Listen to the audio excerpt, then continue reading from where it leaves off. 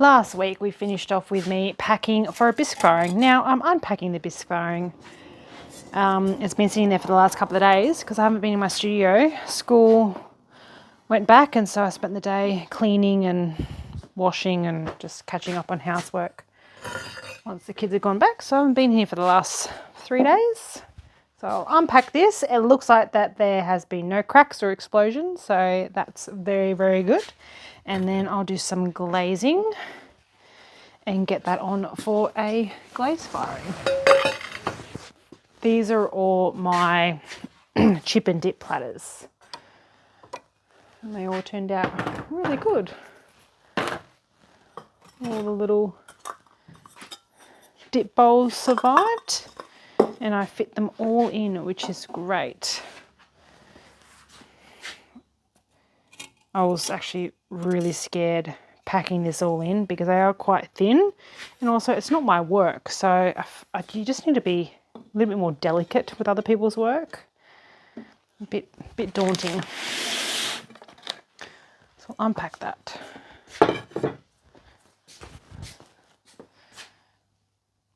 It's very cute. Little platter with a hole. Very nice.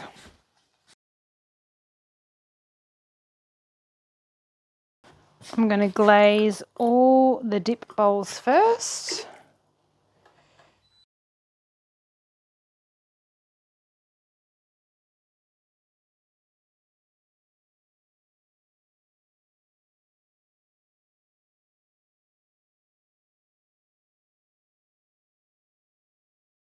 I'm just going to brush on this clear glaze. I know it's a bit time consuming, but I don't really want to dip it because then I have to clean the backs of them, and that's a bit time consuming. And I want to get these in the kiln hopefully today. Hopefully.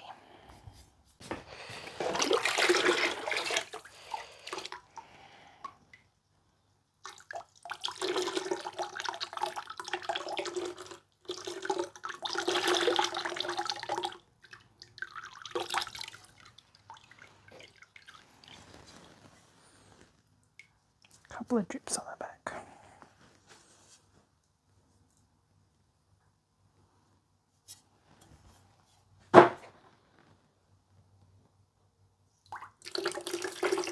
Oh, missed the bucket completely.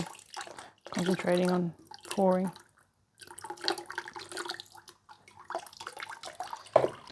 This is when I wish I had a bigger kiln.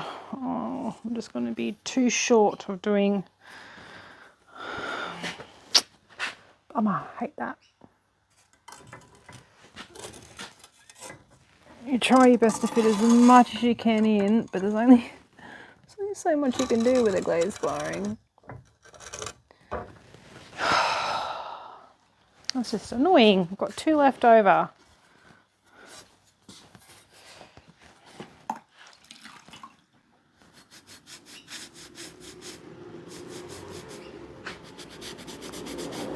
Platters. They take up so much room. All right, I've got 2 left. Oh well, it is what it is. Might as well do some content while I'm out here.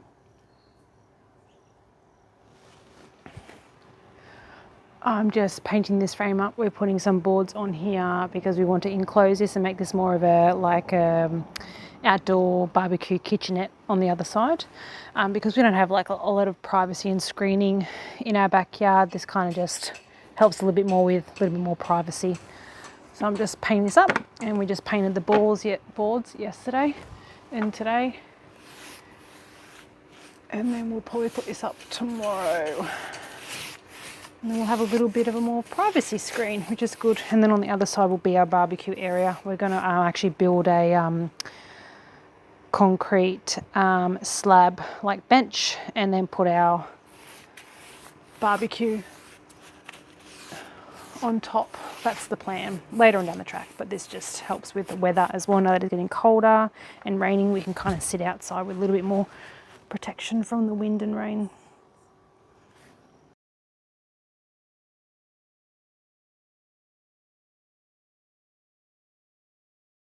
And here are all the boards that we're going to be putting up on there. So we're putting like a double frame, so one on one side and one on the other side.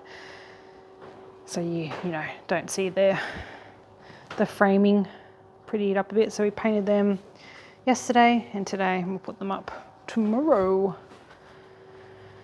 Hey, I'll be in here eventually. It's just nice to come down and have a look and see how far we've actually come. Good storage at the moment. Also, we plant our other magnolias over here for some privacy screening. Obviously they'll get much bigger, and then we'll probably do a nice like garden bed along here with some more plants in between the magnolias. Okay. These two are going in the chicken area. We've had to put some obviously chicken wire around them. If not, the chickens will dig up our nice plants. They're having fun getting all the worms. Finished painting. Yep. Did you get all the bits really up high? I got all the bits really up high. Yeah, I did. I had my stool. Sure. I know. I'm amazing. I just unpacked the kiln from my chip and dip platter workshop, so glaze firing, and I've just unpacked them all and they all survived.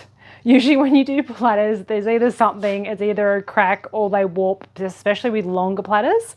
But again, I use my raku clay and that just seems to just work every single time. And here they're here. I'll give you a little look. Didn't they turn out great? Some of them had a choice if they wanted to make one like bowl, like a little dip bowl, or two, and most of them went with two. Like, you know, you could put a dip in one, olives in the other, whatever you prefer, but they all turned out really good. The pattern on that turned out really crisp and clean. That one was just hidden away a little bit, but still came out really nice. I'm really pleased with them. And again, no cracks, no warping, handmade, one of a kind. Let's see what the husband's doing with our privacy screening. Oh, it's been busy.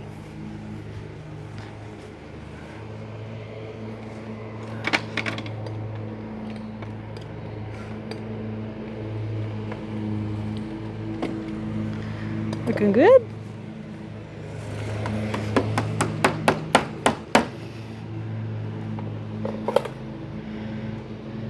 Step back. Get my finger out of the picture. Yesterday I ran a private workshop for a group of like a women's group that meet up every now and then to do like an event kind of like together, either a workshop or something special together. And yeah, it was yesterday. I had 10 lovely ladies in at Newcastle, and it was a chip and dip platter workshop. So they made some really nice platters. The one thing I love about the platter workshop is that everyone's platter turns out completely different to everyone else's. They're just uniquely made, and no one else in the world is going to have this piece. So it makes it quite special. And they had a lot of fun. There were some times when it went really quiet. I think that's a really good indication when people are concentrating and enjoying themselves, and they're just, you know, just visualizing what they want to do. And they had a really good time. So these are their platters here. I'm going to put some rice bags on them so they don't warp and corners curve up, and then their little dip bowls that they made is just under here, under the plastic, so they don't dry too quick.